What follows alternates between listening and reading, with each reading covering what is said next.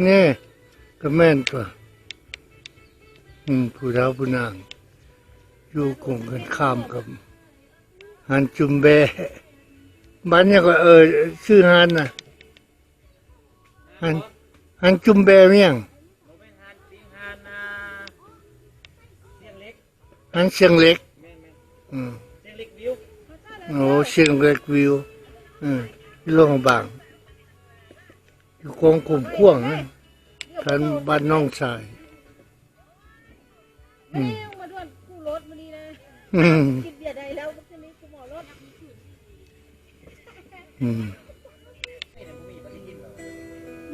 บริจาคว่าไงมันต้องค่ายอยู่เฉยเลยแทนค่ายนะนั่งกินข้าวอยู่มันเชียงเล็กบ่หันเมียงหันเมียงชื่อฮะโอเชียงเล็กมันหันเชียงเล็กวิวอยู่เข้มข้องเลย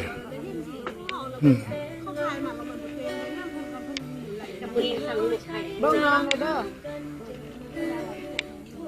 น้อยมันเป็นมันฝรั่งคือที่มันก็อ่อนๆเป็นยังแหละบ่ใส่เอาน้องอยากมานั่งบ่เลยนี่แม่อะไรบุกไข่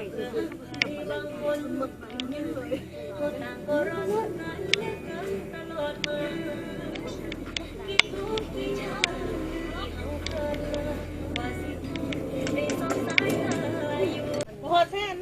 14หาเนื้อมันจบเส้นเส้นลงไหนก็จะมาไปที่นี่นะ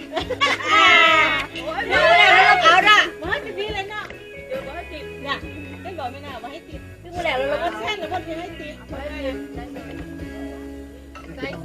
ามเก่าตั้งแต่เป็นบ่าวเป็นสาวเป็นไม้เจ้างามบ้านวันไอ้ก็ได้สายาผาแดงอ่อนเพียง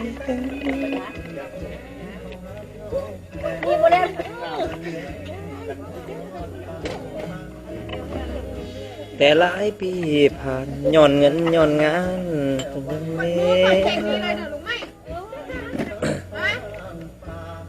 มัก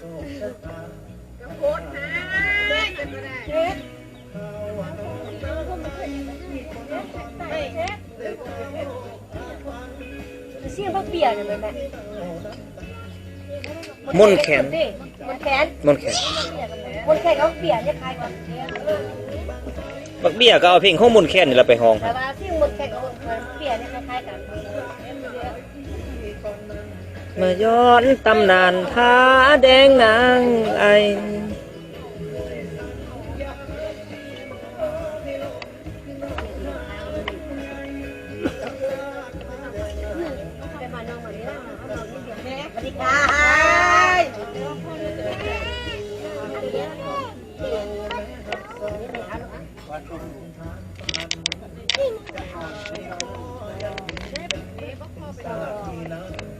บ่ไทยน้อย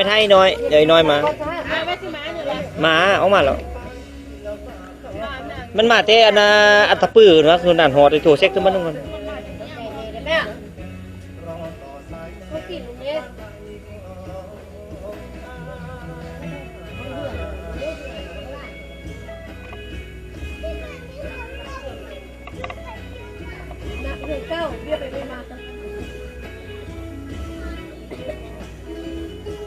ดใช่แล้ว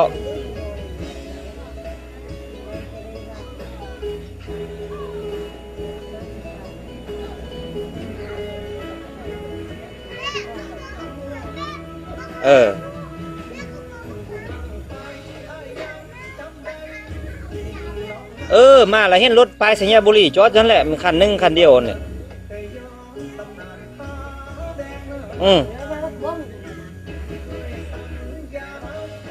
ลุงร้านเศร้าจะมอชิฮอดแล้ว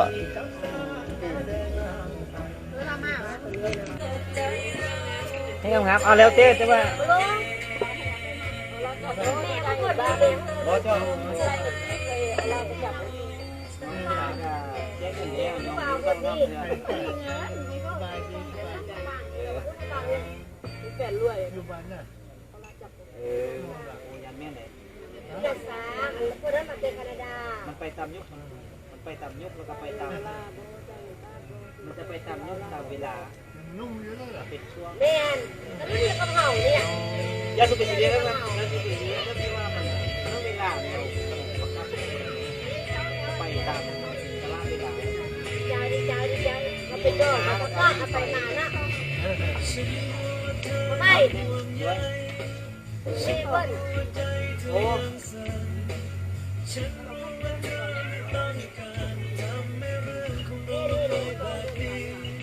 สบายดีเด้อแม่บอกแม่บอกแม่บอก เล่เลย เพื่อนกันเลยนี่ แม่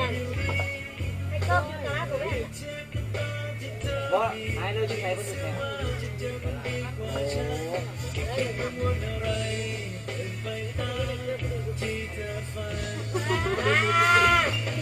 เฮ้ยวันนั้นวันนั้น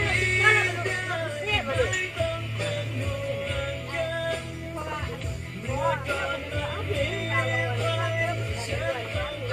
เอาลงบ้าน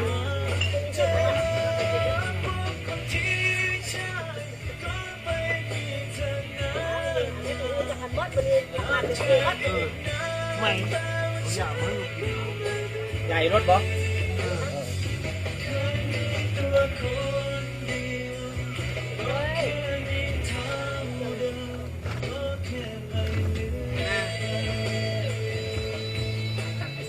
การเอาน้ำไม่ดูเลยเอายาไหมเรา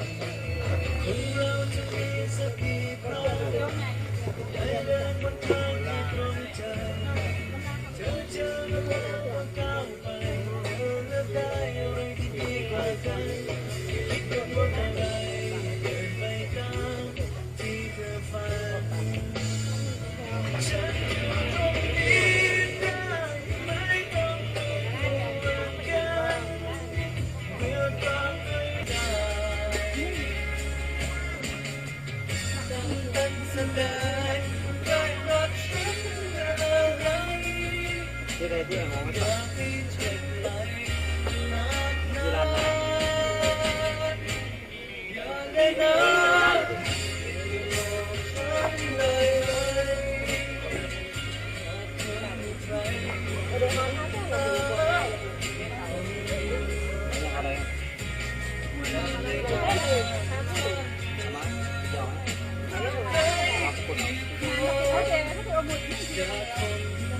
รับที่เขาเนาะรับที่เขาค่ายหมดสำหรับมือนี่โอ้ยถ้าจุดคำนี้เราเป็นเมียนในบ่อนเราจุดกับกระจกเนาะเราเมียนเขาเลยเนาะกูเด้อเรามากูเนาะกูเด้อเร็วเตี้ยนั้นอ๋อคันว่ามีคนส่งมากันเดี๋ยวเอาให้เขา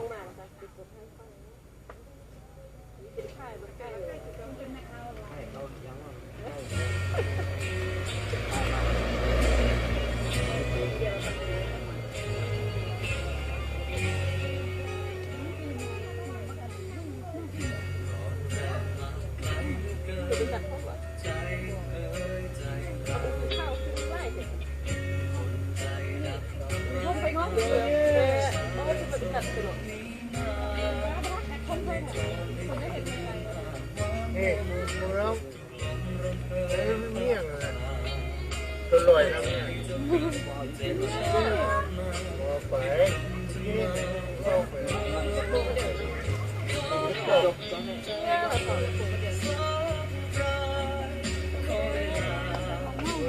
เหรอคนเขาได้มองวะเขาได้มองวะ ก็เป็นกองนะคะทำไมไม่ต้องแกมอง บอกส่งเข้ามาไม่ได้ไม่ได้ ไม่ละวะวงหมอกก็จะเอา ไปที่เราบุรี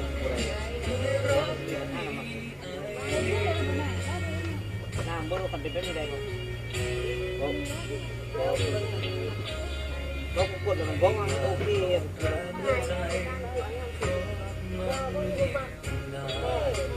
ไหนบ่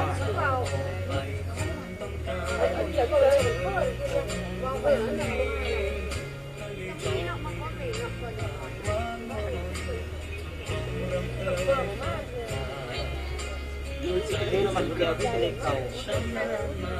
ดูน้ำมันที่เล็กเก่า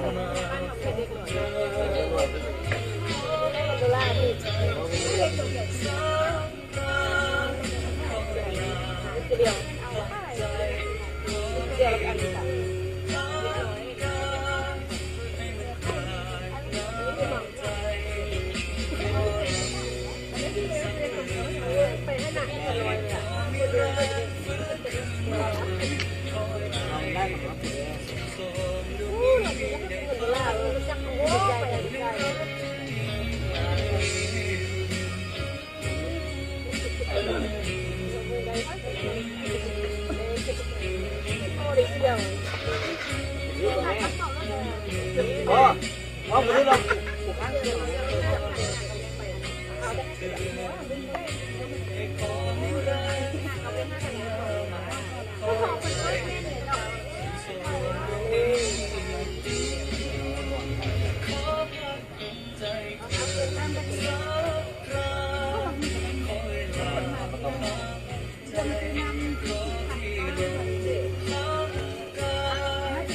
ใครจะได้มัน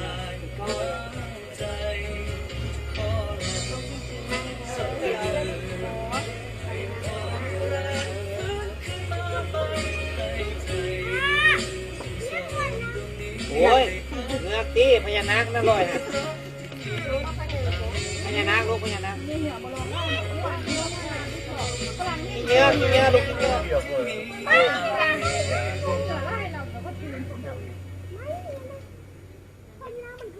ยีเรียกที่ป้าปู่คุณที่บักหรือลง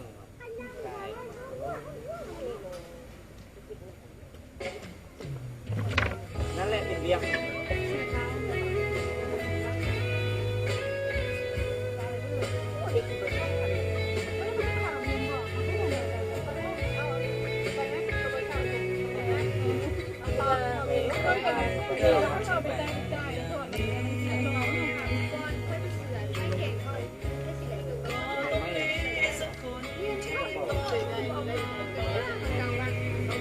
แล้วมันเขาก็เป่าใช่ป่ะเขาก็เป่าคือเขาผู้ชายเขาผู้หญิงง่ายเนี่ยมันกายครบนี่เขานั่นกระเป๋านั่นบัตรเล่มแดงบัตรประจำตัวแดงบัตรเล่มแดงเขาผู้ใดเนี่ย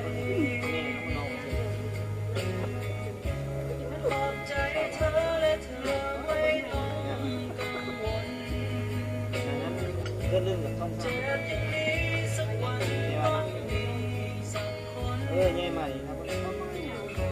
หน้าตาทำนี้แล้วก็ทำนี้ขึ้นมาขึ้น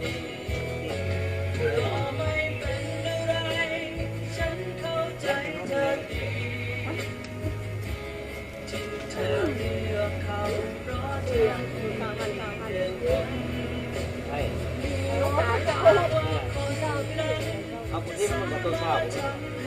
นี่มันที่เล็กนะเล็กไหวบ่เอาเว้ยมาหน้าเพิ่นเนี่ยดูมาหน้าเพิ่นจะเอาไหมจะเอาลูกยังจะไม่ทำให้จะเอา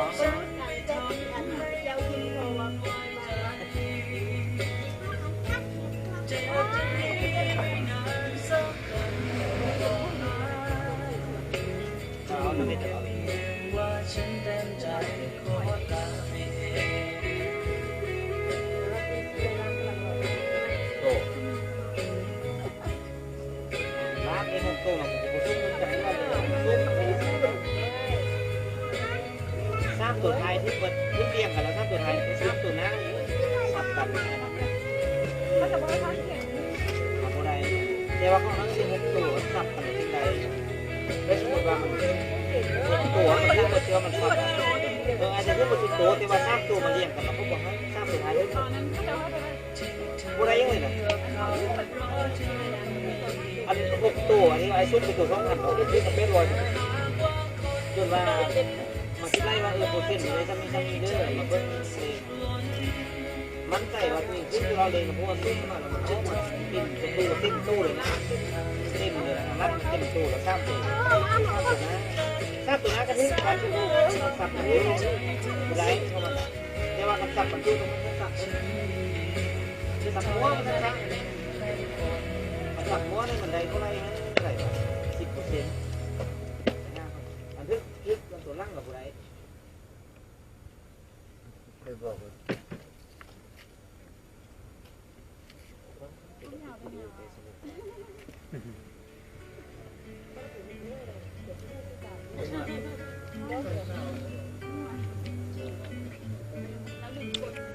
กดแล้วนะกดละ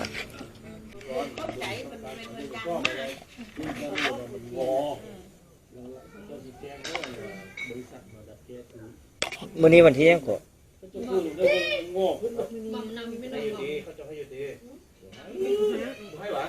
มื้อนี้วันที่15 เดือน 1 2023อยู่โรงพยาบาลลุงมั่งมายามศิษย์เก่าเพิ่นลูกอันนั้นเป็นนี่เป็นลูกศิษย์เก่า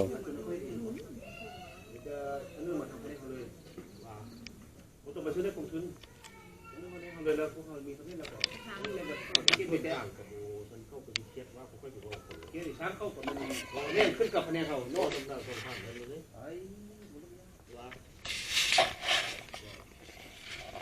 ถ้ากับบาอยู่นำกันอยู่ห้องกันเลยโอ้บ่ได้ค่อยสั่งค่อยนี่ซ้ำค่อยอ่ะอยู่พวกพันสั่งเงินรวมค่อยเบาอ่ะเงินรวมบ่ค่อยเบาเกี่ยวกับนั่นใช่ไหมใช่แล้วป่ะเดี๋ยวบ่แม่นก่อนจะไม่ได้กันคันทำน้ำกาแฟ